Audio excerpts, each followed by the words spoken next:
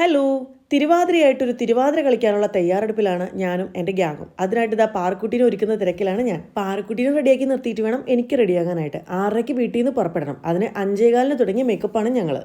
താലം പിടിക്കാനുള്ള കുറച്ച് പൂ പറിക്കായിരുന്നു ഞാൻ. 6:15 ആയപ്പോഴേക്കും എൻ്റെ എല്ലാ ടീംസും എൻ്റെ വീട്ടിലേക്ക് എത്തി. ചിലർ മുടി കെട്ടിയിട്ടുണ്ടായിരുന്നില്ല കേട്ടോ, അപ്പോൾ അവരെയൊക്കെ മുടി കെട്ടാനൊക്കെ ഹെൽപ്പ് ചെയ്യുന്ന തിരക്കിലായിരുന്നു ഞങ്ങളെല്ലാവരും. ഇതാണ് എൻ്റെ ഹോൾ ടീം എന്ന് പറയുന്നത്. 6:30 പുറപ്പെടേണ്ട ഞങ്ങൾ 7 മണിയായിട്ടോ പുറപ്പെട്ടപ്പോൾ. എല്ലാവരുടെയും ഒരുക്കങ്ങൾ കഴിയാനായിട്ട് അത്രയും താമസിച്ചു. അരമണിക്കൂറിന് ഞങ്ങൾ ക്ഷേത്രത്തിൽ എത്തിയിട്ടോ. 7:30.